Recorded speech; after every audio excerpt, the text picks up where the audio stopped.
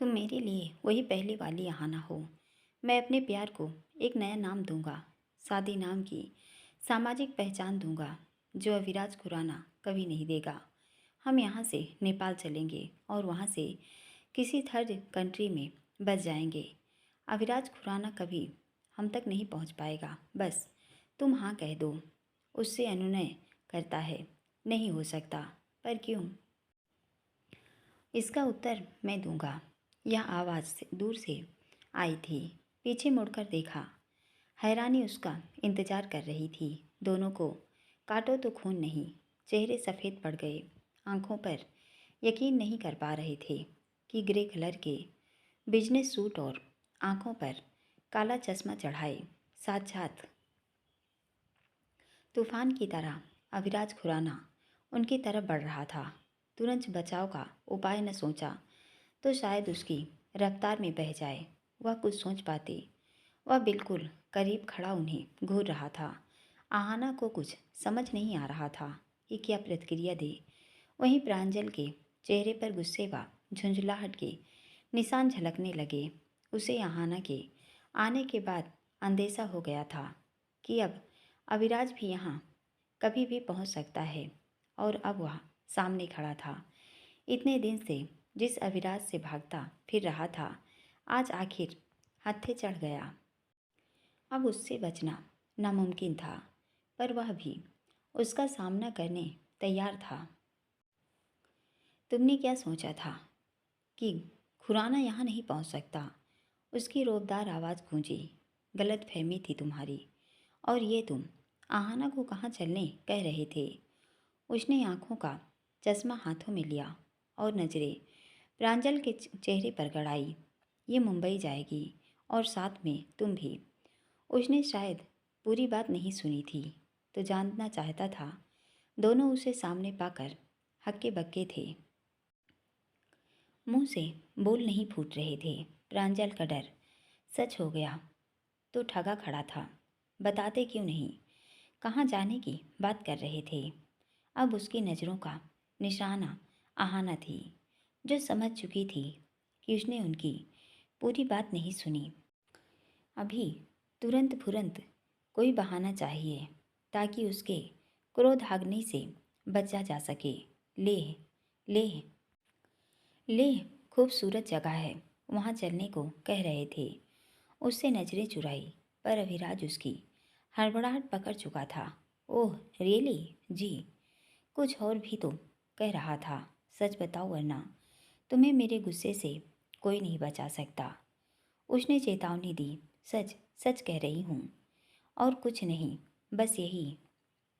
वहाँ वंशिका इसके नाम में पागल हो हॉस्पिटल में है और ये तुम्हें ले घुमाने कह रहा था। जी, मैं मैं इन्हें वापस ले जाने ही आई थी, आहाना ने बचाव में कहा। तुम तो अपने भाई से मिलने गई थी, पर ये नहीं बताया कि तुम इससे मिलने आई हो।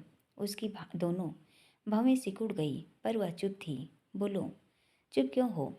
मैं तुम्हारे लिए 3 दिन से परेशान हूँ कि न जाने कैसी है, किस हाल में है। और तुमने फ़ोन तक बंद कर रखा था, जबकि तुम मुझसे संपर्क कर सकती थी।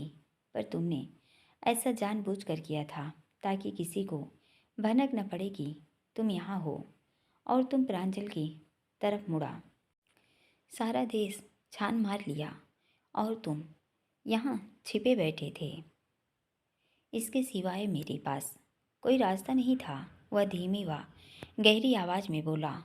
तो ये रास्ता सही था कि सबको अंधेरे में रखकर, उन्हें परेशान छोड़कर दोनों यहाँ घूमे फिरो ताकि दुनिया जाए भाड़ में? वह गुस्से से उबल रहा। दोनों का साथ होना उसे चुभ रहा था, जो स्वाभाविक था।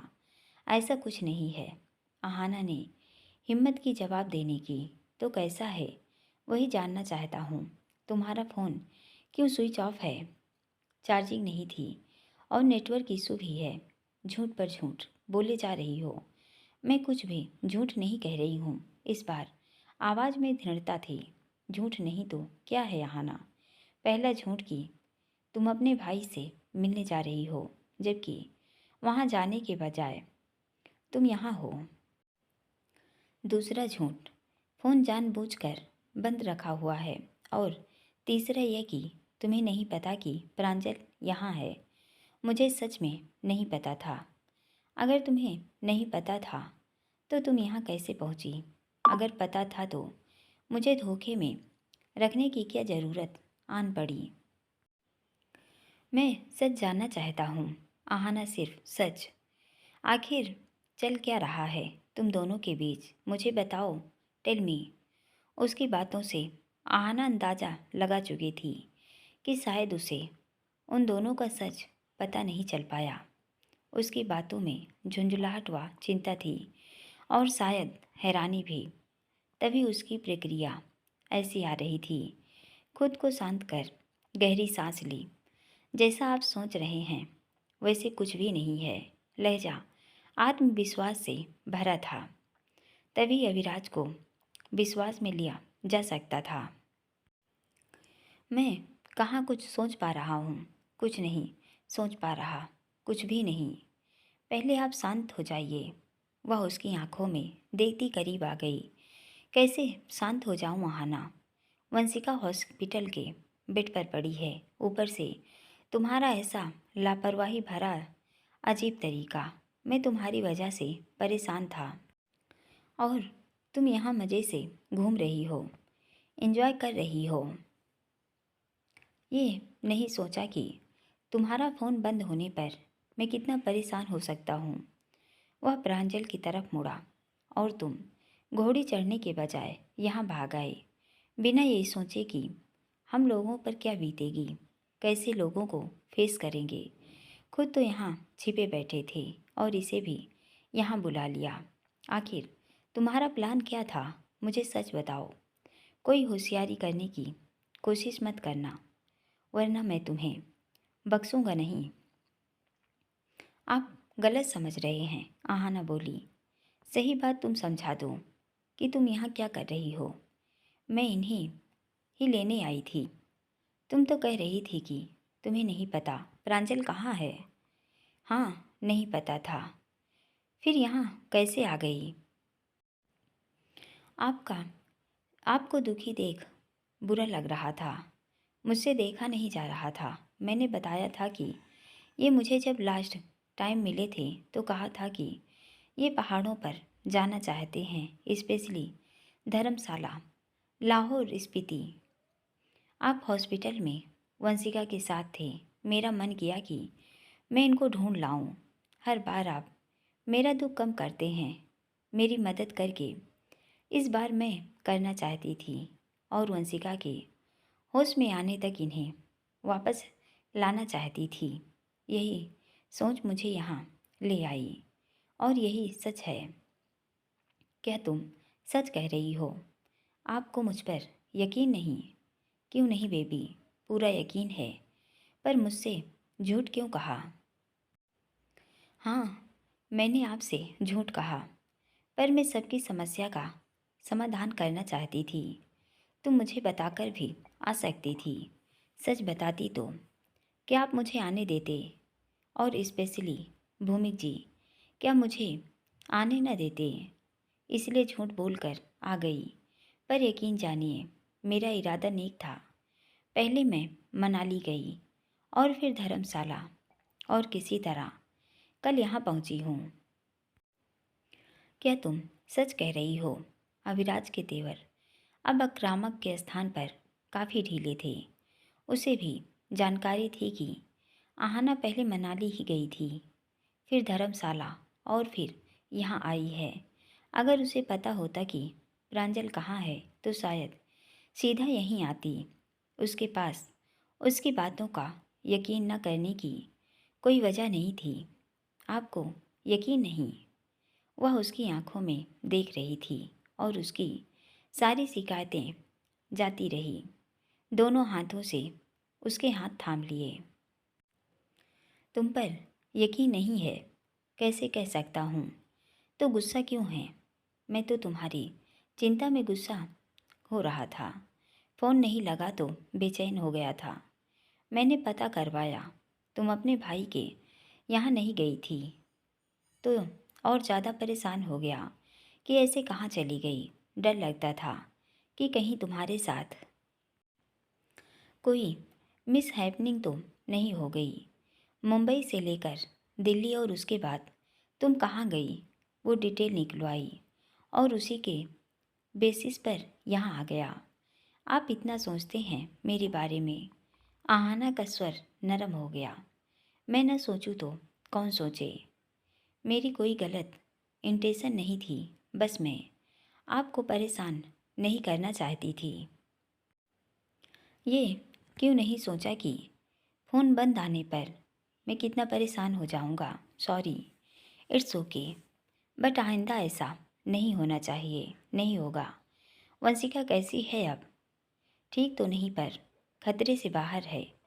रिकवरी में समय लगेगा। आहाना ने जो भी बहाना बनाया, अविराज उससे संतुष्ट था। तो अब क्या प्रांजल चलने को तैयार है? अब प्रांजल लौट चले तो वह जल्दी ठीक हो जाएगी। मैं नहीं, नहीं, मैं नहीं आऊँगा। मैं इन्हें भी मना कर चुका हूँ। ये वैसे भी आज लौटने वाली थी। आप दोनों जाओ, मुझे लेह के लिए निकलना है, उसने इनकार करते हुए कहा। आखिर क्यों? मैं वापस नहीं जाना चाहता। प्लीज़ ऐसा मत कहो। दोनों को साथ देख गुस्सा हो गया था, पर दरअसल तुम्हें देखकर बहुत खुश हूँ। वह उसे दोनों हाथों से आलिंगन में बांध लेता है। मैंने तुम्हारे साथ आज तक बहुत गलत किया। मैं उस सब की माफ़ी मांगता हूँ, पर लौट चलो। अगर आपको वाकई में गलती का एहसास है तो मुझे मेरी आज़ादी चाहिए। वहाँ वापस ले जाकर मेरी आज़ादी मत छीनिए।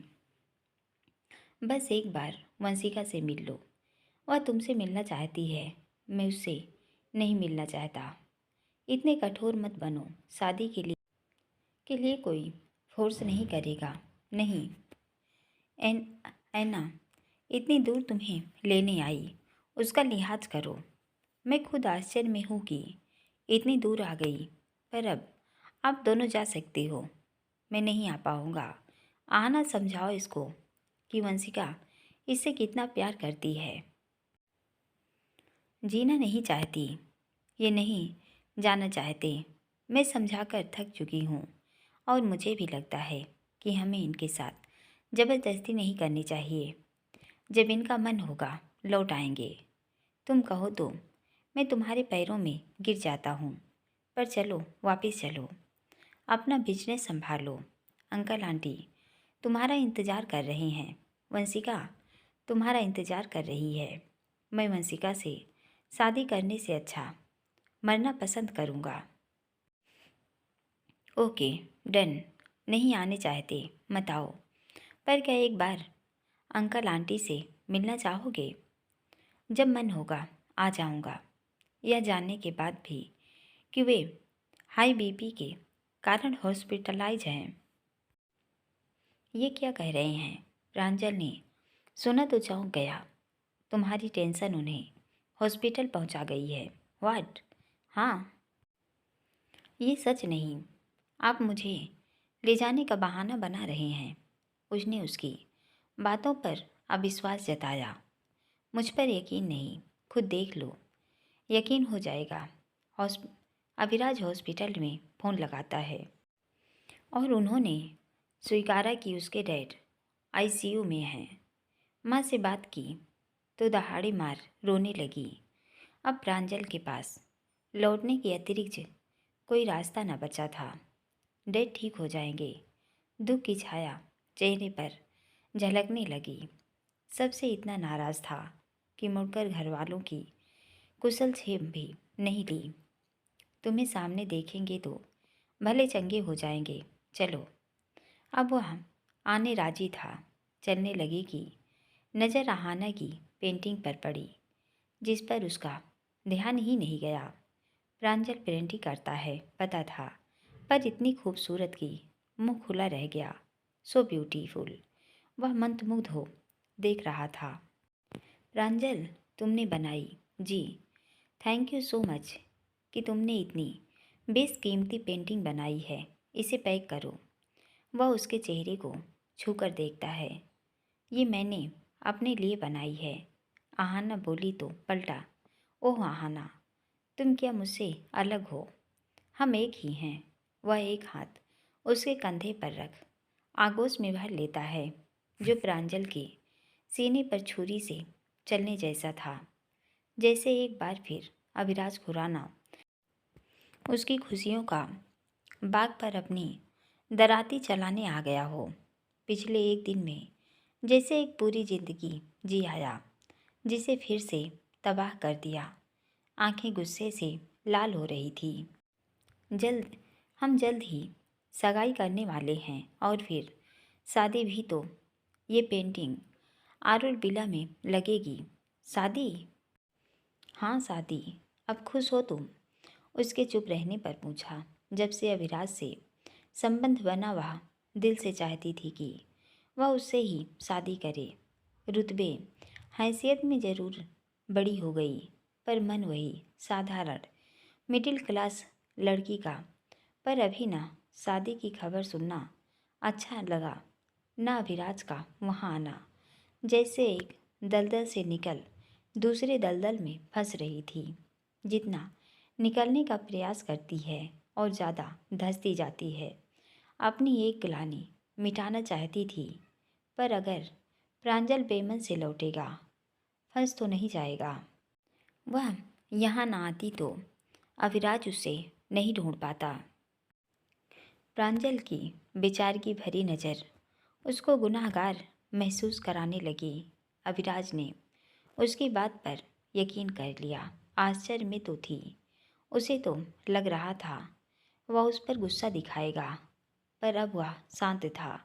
शायद प्रांजल के मिलने की खुशी और घर लौटने राजी होना इसकी वजह हो। पेंटिंग उठा वे लोग आने लगे। प्रांजल, अविराज ने आवाज़ दी। जी। वह पलटा, इतनी खूबसूरत जगह है ये। मैं इस जगह और आहाना को अपने कैमरे में कैद करना चाहता हूँ। मेमोरी के तौर पर एक क्लिप प्लीज। उसने फ़ोन उसकी तरफ बढ़ाया। श्योर। ज़बरदस्ती की मुस्कान प्रांजल के चेहरे पर थी। अविराज ने उसके कंधे से पकड़ खुद से सटाया और वह असहज हो गया। फिर भी उसने फ़ोटो क्लिक की, पर आहाना खामोश थी। कमोन आहाना, क्या तुम मेरे आने से खुश नहीं? ऐसा नहीं, ऐसी बात नहीं, मुस्कुराओ। वह मुस्कुरा दी और प्रांजल ने उनकी यह तस्वीर कैमरे में कैद कर ली। उसके बाद वे चलते कैंप तक आ गए। जल्दी दोनों अपने अपने टेंट से सामान पैक करो। शाम तक हमें धर्मशाला पहुंचना है। वहां से प्राइवेट चॉपर से हम सीधा मुंबई चलेंगे। मेरे वहां न होने पर घर वालों भी परेशान हो रहे हैं कि मैं ऐसे क्यों चला गया। ओके। आहाना, तुम भी जाकर अपना लगेज पैक करो। यही है? यही। हाँ। वह अंदर बढ़ी और उसके पीछे वह भी। वहाँ 2 बेड लगे थे। देख हैरान था। क्या तुमने नाइट में यहीं स्टे किया? जी। एक ही टेंट शेयर किया? जी। सेपरेट भी लिया जा सकता था।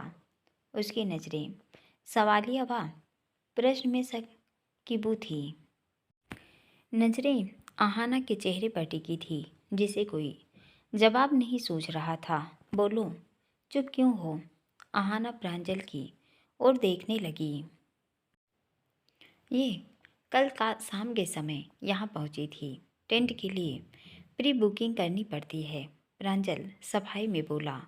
तुम चाहते तो अरेंजमेंट करवा सकते थे। ट्राई किया, बट हुआ नहीं। तुम भूल रहे हो शायद कि तुम प्रांजल वर्धमान हो, कोई मामूली शख्स नहीं।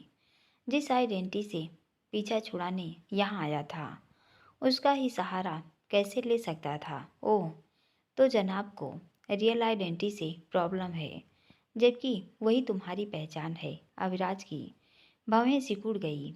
यह मेरी नहीं, डैड की दी हुई पहचान है, जिससे भागकर यहाँ आया था। उस नाम से घुटन होने लगी थी तो खुद को ढूंढने आया था, सिर्फ प्रांजल बनकर। यही मेरी पहचान है। मैं एक आर्टिस्ट हूँ, ना कि आपके जैसा बिजनेसमैन जिसे कोई भी वीआईपी ट्रीटमेंट मिलता। उसने आक्रोश जताया। जहाँ पर ज़रूरत पड़े पावर का इस्तेमाल भी हो जाता है। आपके लिए आपका नाम पहचान गुरूर होंगे जो आपने बनाना चाहा, आप बने। बट मैं कभी भी बिजनेसमैन नहीं बनना चाहता था। मेरी हॉबी को मेरी कमजोरी बताकर, मुझसे छीनकर कंपनी की बागडोर थमाई जा रही थी। क्या मैं कर पाता? और चलो कोशिश करता भी तो ऊपर से वंशिका मुझे जीने नहीं देती। मैं उस पहचान से छुटकारा चाहता था। मैं प्रांजल हूँ, सिर्फ प्रांजल। आवाज़ में दृढ़ता थी। आहाना भी अविराज के ऐसे संदेह भरे प्रश्नों से सकते थी। मिथि, ये क्या हो गया है आपको? नहीं किया मैंने सेपरेट टेंट तो क्या गुनाह हो गया? आप शक कर रहे हैं। आपको मुझ पर विश्वास नहीं। आहाना आप उसकी ऐसी पूछताछ से झुंझला गई। शक नहीं आहाना, बस पूछ रहा हूँ।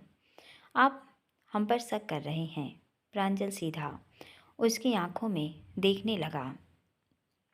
सच्चाई की चमक हीरे सी होती है, जो प्रांजल की आंखों आत्मविश्वास से स्वतः झलक रही थी। न उसे घबराने की जरूरत महसूस हो रही थी, न डरने की। अगर उसे आहाना और उसका सच पता भी चल जाए तो अच्छा है। गलती का एहसास तो हो, पर ऐसा होगा नहीं। ये खुराना खानदान खुद को गलत कभी मानता ही नहीं। तो बस कहकर चुप हो गया। उसका लहजा साफ बता रहा था कि वह कुछ भी छिपा नहीं रहा। अविराज भी पारखी नज़रों के लिए ये भावना कोई मुश्किल न था, पर आहाना कॉन्फिडेंट नहीं थी, इसलिए पूछताछ कर रहा था। शक नहीं, बस पूछ रहा हूँ, सफाई में बोला। आपने जो पूछा ये बता चुके हैं कि मैं यहाँ क्यों रही, और इसके बाद भी शक करना है तो कर लो। आहाना भी तुनकती बोली तो अविराज ने तुरंत लहजा बदला। नो बेबी नो, शक नहीं, बस पूछ रहा था। और अब नाराज मत हो, जाओ और तैयार हो जाओ, कहकर वह टेंट से बाहर निकल गया। मन में अजीब सी हलचल मची हुई थी। चलता अथॉरिटी के टेंट पास आ गया, जो वहाँ की व्यवस्था संभालते हैं। दोनों की बातों में कोई झूठ नज़र नहीं आ रहा था, पर मन भी मानने को तैयार नहीं हो रहा था कि आहाना इतनी आसानी से टेंट शेयर करने राजी कैसे हुई, जो अच्छा नहीं लग रहा था। आंखों पर चश्मा चढ़ा लिया। एक्सक्यूज मी, वहाँ पर आकर बोला। कहिए सर, क्या सोचकर क्या सेवा कर सकता हूँ? एक नौजवान था। अगर आज कोई यहाँ स्टे करना चाहेगा तो क्या टेंट इंतज़ाम हो सकता है? किसी कारणवश प्री बुकिंग नहीं हुई तो तब भी वह पूछता है किसको चाहिए। उसने उसे ऊपर से नीचे तक ताड़ा। मुझे। सर क्यों शर्मिंदा कर रहे हैं? वह अपनी कुर्सी से उठकर उसके पास आ गया। आप आदेश कीजिए, आपके लिए वीआईपी अरेंजमेंट हो जाएगा। उसका लहजा बेहद गर्मजोशी व आत्मीयतापूर्ण था कि वह हैरान हो उसे देख रहा था। What do you mean? क्या इतना आसान है टेंट मिलना? अगर वो शख्स अविराज खुराना हो तो हम इनकार कैसे कर सकते हैं? इनफैक्ट ये हम इजली कर सकते हैं। एक दो वीआईपी टेंट रिजर्व होते हैं आप जैसे लोगों के लिए। वह उसे पहचान चुका था तो मुस्कुरा रहा था। उसके कहने पर खुद पर ध्यान गया। आहाना तक पहुंचने की जल्दबाजी में पहचान छिपाना भूल गया। अब पूछताछ का कोई औचित्य न था। सर, एक सेल्फी प्लीज। उसका मुंह उतर गया। अब वह क्या पूछताछ करे? उसने उन दोनों को भी उसके साथ देख लिया है। वह गलती कर चुका था और लोग भी उसे घेरे खड़े हो गए थे। आहाना भारी मन से सामान पैक कर रही थी। सॉरी, यह सब मेरी वजह से हुआ। दुखी मन से प्रांजल से बोली, तुम क्यों दुखी हो रही हो? आपको वो करना पड़ रहा है जो नहीं करना चाहते थे। आज नहीं तो कल सबको फेस फेस करना ही था, तो आज ही सही। मुझे माफ़ तो कर देंगे।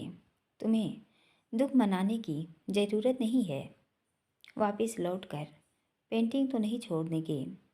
तुम चाहती हो कि मैं पेंटिंग न छोड़ूं? हाँ, उसके बिना आप अधूरे हैं।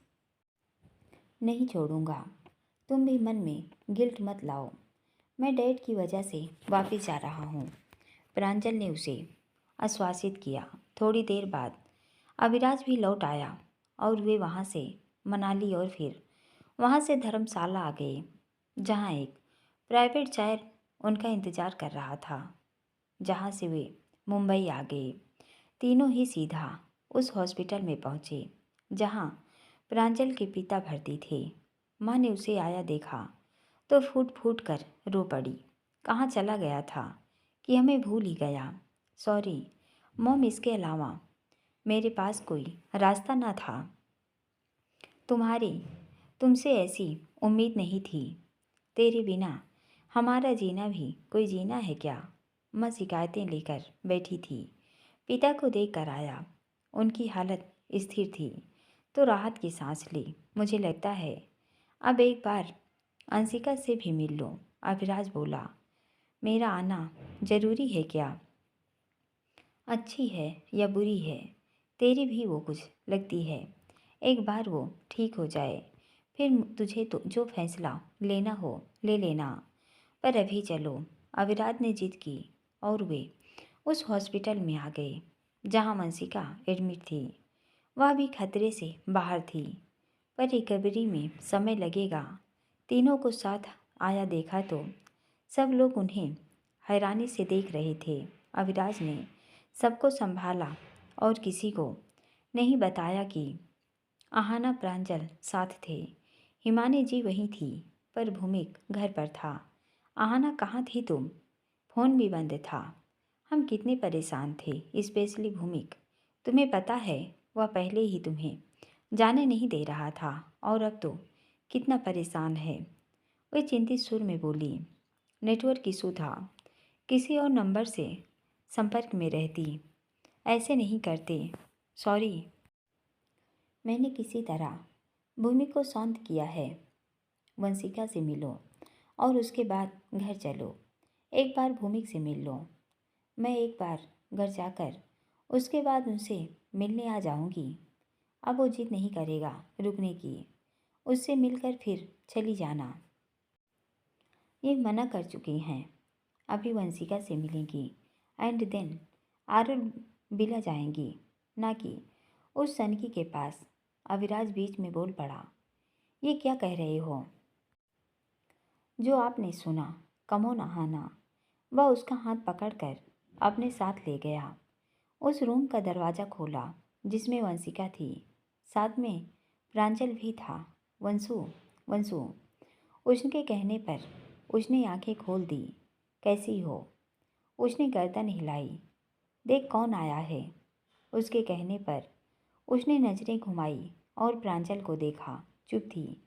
प्रांजल वापस आ गया है। उसकी आंखों में आंसू टपक पड़े। What happened? पूछने के बावजूद वह सुबक रही थी। चुप रही तो प्रांजल चलता उसके पास आ गया। क्यों किया ये सब? पूछा। क्योंकि तुम भाग गए थे। सब्र का बांध टूट गया। अब वापस आ गया हूँ। मैं जीना नहीं चाहती। I don't want to live. What why? एक दो दिन नहीं, कई रीजन हैं। उसने आहाना की तरफ देखा। पागलों जैसे बात मत करो और जल्दी ठीक हो जाओ। वह उसके साथ बतियाने लगा। कैसी हो वंशिका? आहाना ने पूछा तो वह चुप थी। वंशिका एना कुछ पूछ रही है। अब भी सबसे नाराज रहोगी। तुम चाहती थी कि प्रांजल लौटे, तो वह लौट चुका है। लौट तो आया है। शादी करे क्या या फिर से भाग जाएगा? इसका आंसर यही देगा। उसी से पूछ रही हूँ। वह चुप था। ठान चुका था ना वंशिका, ना अभिराज किसी के सामने नहीं झुकेगा, न उसकी नाजायज मांगों को मानेगा। मन तो सीधा वंशिका के मुंह पर ना कहने का था, किंतु यह सही नहीं लगा तो चुप था। हाँ में भी नहीं भरता। चुप क्यों हो, बोलते क्यों नहीं? उसे चुप देख बिफर पड़ी। मैं पहले भी बता चुका हूँ मेरा जवाब, अब भी वही है, बदल नहीं गया है। तुम्हें कुछ समय चाहिए तो लो, इसे भी ठीक होने में समय लगेगा, इसे भी समय चाहिए। इट मीन्स इसे अभी भी सोचना है। इसी शर्त पर वापस आया है। मैं चाहता हूँ कि तुम ठीक हो और खुद को बदलो, ताकि प्रांजल तुम्हें खुशी खुशी अपनाए, ना कि बेमन से। अब तुम रेस्ट करो, जितना रेस्ट करोगी उतनी जल्दी रिकवरी करोगी। वंशिका से मिलने के बाद वे लोग हॉस्पिटल से बाहर आ गए। प्रांजल अब घर जाना चाहता था तो चला गया। आहाना उसे जाता देख रही थी। क्या देख रही हो? क्या हमने सही किया प्रांजल जी को वापस लाकर? बिल्कुल सही किया, देखा ना उसके मॉम डैड कितने खुश हैं, और वंशिका भी। पर वे तो खुश नहीं। शादी हो जाएगी वंशिका तो वो भी खुश रहेगा। ये क्या कह रहे हैं? आहाना उसे हैरान हो पूछती है। क्यों, क्या हुआ? आपने तो कहा था कि उनको फोर्स नहीं करेंगे। फोर्स कब कर रहा हूँ? पर अब आपके तेवर बदल गए हैं। प्रांजल, वंशिका की शादी तो होगी ही, इसमें कोई शक नहीं है, पर मर्जी से ही होगी, जब भी होगी। आप अपनी बात से मुकर रहे हैं। आपने कहा था, बेबी तुम भी उन दोनों को छोड़ दो, हमारी बात करो। वह उसके करीब आकर उसका हाथ थाम लेता है। हमारी बात क्या, इतने दिन से दूर हो। I miss you a lot. उसकी आंखों में बेचैनी व बेताबी साफ झलक रही थी। उसके उलट आहाना प्रांजल की वजह से परेशान है। उसकी परवान चढ़ती भावनाओं को नज़रअंदाज करती है। उसने उसे किस करना चाहा कि उसका मूड उखड़ गया। मैं घर जाना चाहती हूँ, दोनों बाजू बांधकर मुंह फेर लिया। हाँ तो चलो। दोनों गाड़ी में बैठ गए, पर उसने गाड़ी आरुल बिला की तरफ ले ली। ये कहाँ जा रहे हैं आरुल बिला? मैं अपने घर जाना चाहती हूँ। उसके तेवर कड़े किए। अब तुम आरुल बिला में रहोगी। पर क्यों? वंशिका हॉस्पिटल से आ जाएगी तो हम एंगेजमेंट करेंगे। मुझे अपने घर जाना है।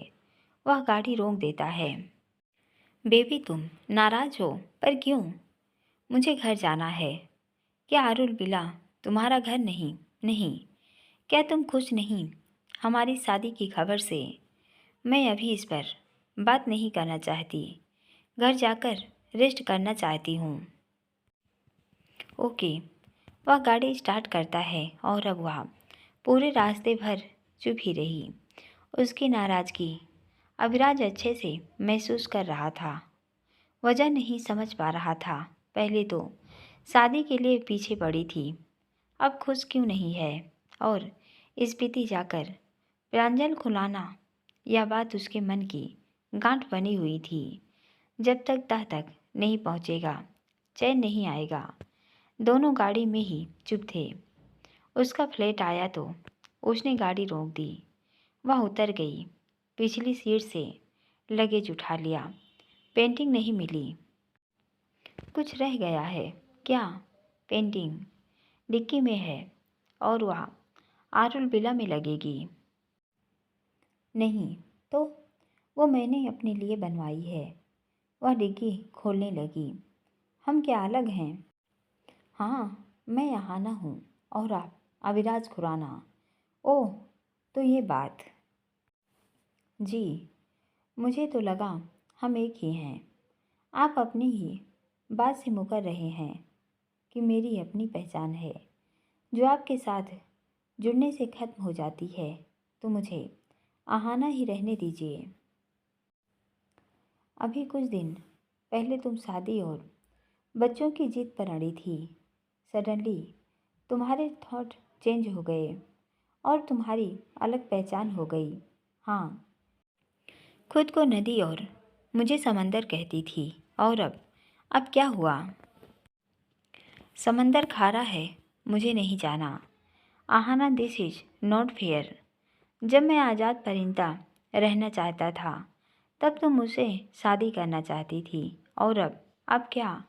मेरा बस चले तो सब आज़ाद परिंदे के पर कतर दूँ।